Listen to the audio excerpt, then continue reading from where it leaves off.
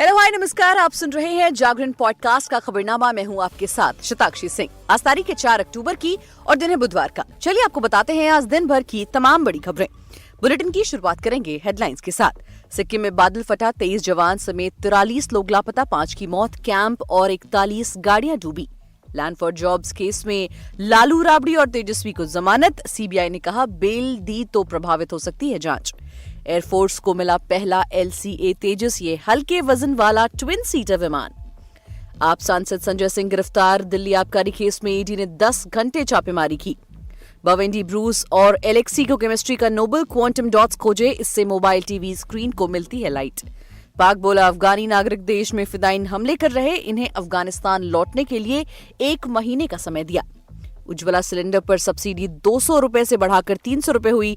14.2 kilo वाले cylinder की भोपाल में कीमत 608, दिल्ली में 603। बिहार में SI के पदों पर भर्ती कल से शुरू, पुरुष और महिलाएं कर सकते हैं आवेदन।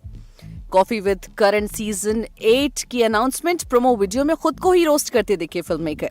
एशियन गेम्स के 11वें दिन भारत ने जीता तीसरा गोल्ड। जेवलिन थ्रो में नीरज चोपड़ा के बाद मेंस 400 मीटर रिले टीम भी नंबर 1। अब खबरें विस्तार से जान लीजिए। सिक्किम में मंगलवार देर रात बादल फटने के बाद तिस्ता नदी में अचानक बाढ़ आने की वजह से 5 लोगों की मौत हो गई, वहीं 43 लोग लापता हो गए। इसमें सेना के 23 जवान हैं। मामले में पोक्योंग के डिस्ट्रिक्ट मजिस्ट्रेट ताशी चोपेल ने सभी जवानों के मौत की आशंका जताई है। हालांकि अभी तक इसकी आधिकारिक पुष्टि नहीं हुई है। नदी से लगे इलाके में ही आर्मी कैंप था जो बाढ़ की चपेट में आने के बाद बह गया और वहां खड़ी 41 गाड़ियां डूब गईं। आसपास के 4000 लोगों को 5000 राहत शिविरों में सुरक्षित पहुंचा दिया गया है। बाढ़ की वजह से राज्य को देश से जोड़ने वाला नेशनल हाईवे NH10 भी बह गया। इसकी वजह से आवागमन की सुविधा बंद हो गई है। डिफेंस प्यारों के मुताबिक लोहनक झील के ऊपर देर रात करीब 1:30 बजे के आसपास बादल फटा। इसके बाद लाचेन घाटी में तिस्ता नदी में अचानक बाढ़ आ गई। नदी का जलस्तर अचानक 15 से 20 फीट तक बढ़ गया। इसके बाद नदी से लगे आसपास के इलाकों में पानी भर गया। कई घरों में भी नदी का पानी घुस गया। लोग घर छोड़कर सुरक्षित इलाकों में चले गए हैं। वहीं लैंड फॉर जॉब्स मामले में दिल्ली की रॉस एवेन्यू कोर्ट से लालू परिवार को बड़ी राहत मिली है। कोर्ट से मामले में लालू, तेजस्वी, राबड़ी देवी को जमानत मिल गई है। 50,000 के मुचलके पर सभी को नियमित जमानत दी गई है। अब 16 अक्टूबर को इस मामले में सुनवाई होगी। इस दिन से मामले में सुनवाई शुरू की जाएगी। सीबीआई ने जमानत का विरोध करते हुए कहा कि सभी आरोपी बड़े पद पर हैं, ये केस को प्रभावित कर सकते हैं। कोर्ट ने कहा कि हमें ऐसा कुछ नहीं लगता। लालू राबड़ी और तेजस्वी के साथ मिसा भारती भी कोर्ट पहुंची थी। इधर दिल्ली पहुंचने पर लालू यादव ने कहा था कि सुनवाई होती रहती है, हमने ऐसा कोई काम नहीं किया है जिससे हमें डरना पड़े। तेजस्वी यादव का भी बयान सामने आया है कि उन्होंने कहा कि मोदी जी के राज में जो सच बोलेगा उसके ऊपर तो कार्रवाई होती ही है, ये एजेंसियों और पुलिस का दुरुपयोग कर रहे हैं। दरअसल 22 सितंबर को सीबीआई की स्पेशल कोर्ट ने लालू यादव, राबड़ी देवी, तेजस्वी यादव समेत 17 आरोपियों के खिलाफ सम्मन जारी किया था। सभी को 4 अक्टूबर को कोर्ट में पेश होने को कहा गया था। लैंड फॉर जॉब्स केस में कोर्ट ने तेजस्वी यादव के खिलाफ दायर चार्जशीट भी कोर्ट ने मंजूर कर ली है। उनके खिलाफ भी केस चलेगा।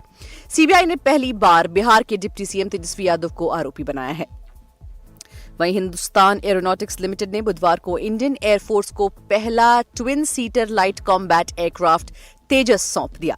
ये ट्रेनिंग के लिए इस्तेमाल किया जाएगा। ये वजन में हल्का और हर मौसम में उड़ान भरने में सक्षम है। भारतीय वायुसेना ने HAL को 18 ट्विन सीटर विमान का ऑर्डर दिया है। इनमें से 8 अगले साल तक दे दिए जाएंगे। बचे हुए 10 विमान 2026 और 27 तक मिलेंगे। भारतीय सेना के पास LCA तेजस का एक एडवांस वर्जन मार्क A1 भी मौजूद है। ये एक फाइटर जेट है जो 2205 किलोमीटर प्रति घंटे की स्पीड से उड़ता है और 6 तरह की मिसाइलों को ले जाने में सक्षम है। 30 जुलाई को एयरफोर्स ने जम्मू कश्मीर के अवंतीपोरा एयरबेस पर हल्के लड़ाके विमान तेजस MK1 को तैनात किया है। सेना का कहना है कि उसके पायलट्स घाटी में उड़ान की प्रैक्टिस कर रहे हैं। कश्मीर पड़ोसी देशों चीन, पाकिस्तान के लिहाज से संवेदनशील है। तेजस MK1 मल्टी रोल हल्का लड़ाकू विमान है जो वायुसेना को कश्मीर के जंगल और पहाड़ी इलाकों में और मजबूत करेगा। वहीं आम आदमी पार्टी के राज्यसभा सांसद संजय सिंह को ईडी ने अरेस्ट कर लिया है। उनके दिल्ली वाले घर पर बुधवार सुबह 7 बजे ईडी की टीम पहुंची थी।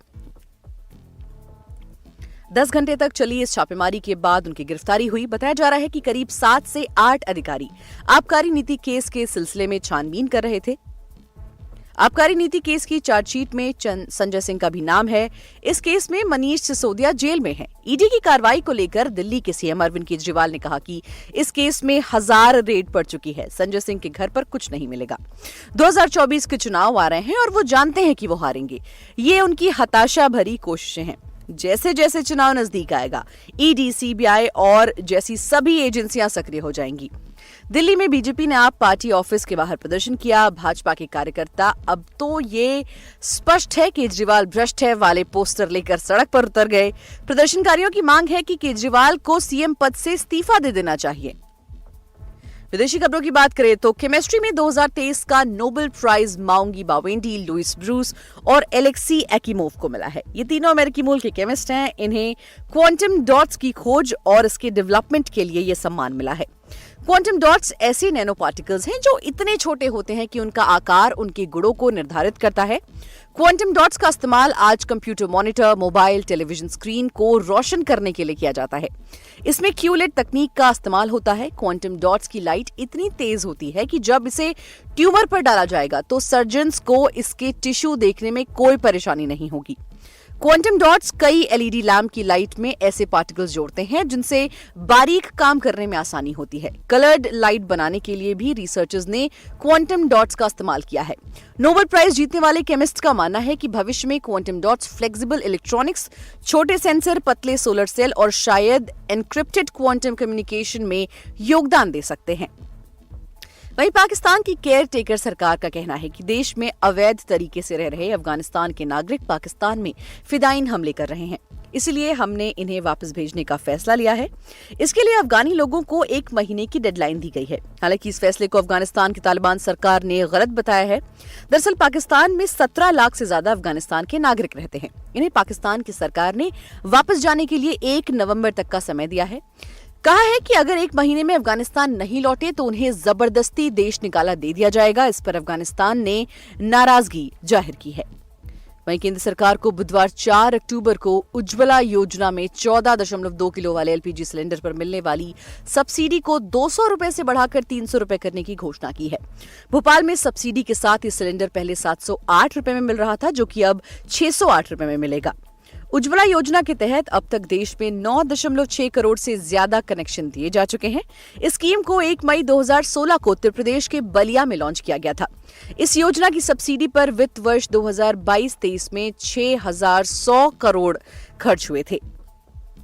इससे पहले अगस्त में रक्षाबंधन से ठीक पहले सरकार ने एलपीजी सिलेंडर के दामों में 200 रुपए की कटौती की थी। ये कटौती सभी के लिए की गई थी। इस कटौती के बाद भोपाल में बिना सब्सिडी वाले सिलेंडर की कीमत 1108 रुपए 50 पैसे से घटकर 903 रुपए 50 पैसे हो गई थी। वहीं बिहार पुलिस में एसआई के पदों पर भर्ती की ख्वाहिश रखने वाले युवाओं के लिए शानदार मौका है। बिहार सब ऑर्डिनेट सर्विस सिलेक्शन कमीशन की ओर से बिहार पुलिस सब इंस्पेक्टर पदों की भर्ती निकाली गई है। कल यानी कि 5 अक्टूबर 2023 से इन पदों के लिए ऑनलाइन रजिस्ट्रेशन की प्रक्रिया शुरू हो रही है। अब ऐसे में जो भी कैंडिडेट्स इन पदों के लिए अप्लाई करना चाहते हैं वो ऑफिशियल वेबसाइट bpssc.bih.nic.in पर जाकर अप्लाई कर सकते हैं। मनोरंजन जगत की बात करें तो करण जौहर अपने famous chat show coffee with Karan के नए सीजन को लेकर लौट आए हैं। फिल्म मेकर ने बुधवार को अपने सोशल मीडिया पर एक वीडियो शेयर कर इसकी अनाउंसमेंट भी की है। इस बार फिल्म मेकर प्रोमो वीडियो में खुद को ही रोस्ट करते हुए नजर आए। वीडियो को शेयर करते हुए उन्होंने कैप्शन में लिखा, पता चला मेरी अपनी अंतरात्मा भी मुझे ट्रोल करना चाहती है, लेकिन वो क्या सोचता है इस पर ध्यान ना दे। मैं अभी भी सीजन 8 बना रहा हूँ।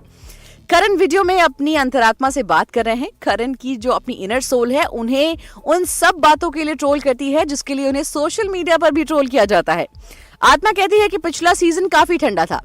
इसी के साथ बता रहा है कि शो में बदलाव लाने की जरूरत है। फिर करण कहते हैं कि वो इस नए सीजन में शादीशुदा कपल्स को बुलाएंगे या फिर इस बार क्रिकेटर्स को शो में इन्वाइट करेंगे। खैर, हमें उम्मीद है कि आने वाला सीजन काफी ज्यादा दिलचस्प होगा। खेल जगत की बात करें तो भारत ने 19वें एशियन गेम्स के 11वें दिन बुधवार को तीसरा गोल्ड जीत लिया है। World and Olympic champion Neeraj Chopra के बाद भारतीय टीम ने mains 4x400 metre relay race में अव्वल रही। पहले नीरज चोपड़ा ने सीजन बेस्ट 88.88 मीटर के स्कोर के साथ जैवलिन थ्रो इवेंट में पहला स्थान हासिल किया। इस इवेंट में किशोर कुमार जेना ने 87.54 मीटर के स्कोर के साथ दूसरे नंबर पर रहे। नीरज और किशोर ने चौथे प्रयास में बेस्ट स्कोर किया। जैवलिन थ्रो इवेंट के तुरंत बाद भारतीय team men's 4x400 metre relay race में पहले स्थान पर रही। इन मेडल के सहारे भारत के कुल मेडल की संख्या 81 पहुंच गई है। इनमें 18 गोल्ड, 31 सिल्वर और 32 ब्रॉन्ज शामिल हैं। आज भारत को 3 गोल्ड, 4 सिल्वर और 4 ब्रॉन्ज समेत 10 मेडल मिल चुके हैं। तो दोस्तों, आज के लिए फिलहाल इतना ही। देश और दुनिया की तमाम खबरों को जानने के लिए सुनते रहिए जागरण का खबरनामा।